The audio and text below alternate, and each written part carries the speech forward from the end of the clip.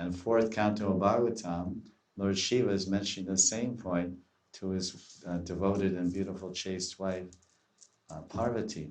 He says, who is the greatest object of worship? He says, Aradhanam Sarvesham, Vishnu Radhanam Param. Says the greatest object of worship is Vishnu. Aradhanam means to worship, to serve. Aradhanam Sarvesham, of all the possible objectives of service, Vishnu Aradhanam Tata Param. Vishnu Aradhanam Param. The topmost object is Vishnu Seva. Because by Vishnu Seva, you get everything. Ananyas Chintyantomam Yejana Paripashate Tesham Nityabhayuktanam Yogakshimam Naham Yam. When one has Ananya Bhakti for Krishna or Vishnu or Bhagavan, then he will get everything. Yoga Shemam Vahamyaham. Krishna will give you everything you need and preserve whatever goodness you have. You have a good nature. You have a good nature, peace and good nature. He'll preserve that and spiritualize it. He'll spiritualize that nature and make it so transcendental, so clear and so pure that it's suitable for field for him to put his prema. Then that will come down as an amshu, prem amshu. A ray of prema will come down and enter the heart. And this is described in Bhakti Rasamrita Sindhu. So then Lord Shiva went on to say, but higher, tadiyanam samarchanam. He said, higher than the worship of Vishnu is worship of those persons and those objects that are related to Vishnu. Tadiyanam samarchanam.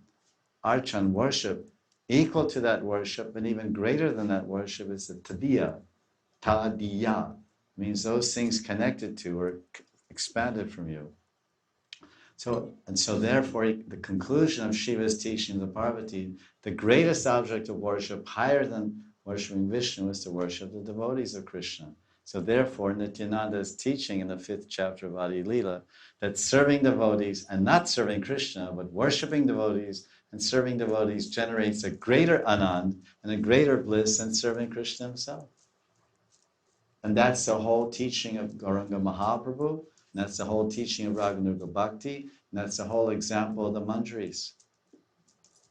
They relish the greatest bliss. Krishna's Kaviraj explains in Adi Lila chapter 4 that the Manjaris are experiencing millions and millions of times more bliss than Radharani and Krishna. Radha is experiencing serving Krishna, and Krishna is experiencing serving Radha.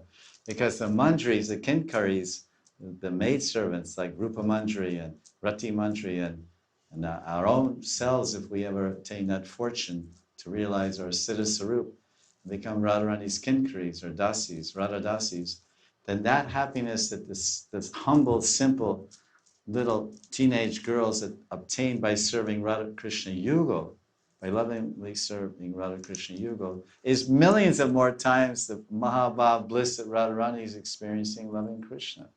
Inconceivable. So this is what is taught by the teacher, Gaur Nitai. So Nitai is teaching, that's the Bengali verse is Sevananda.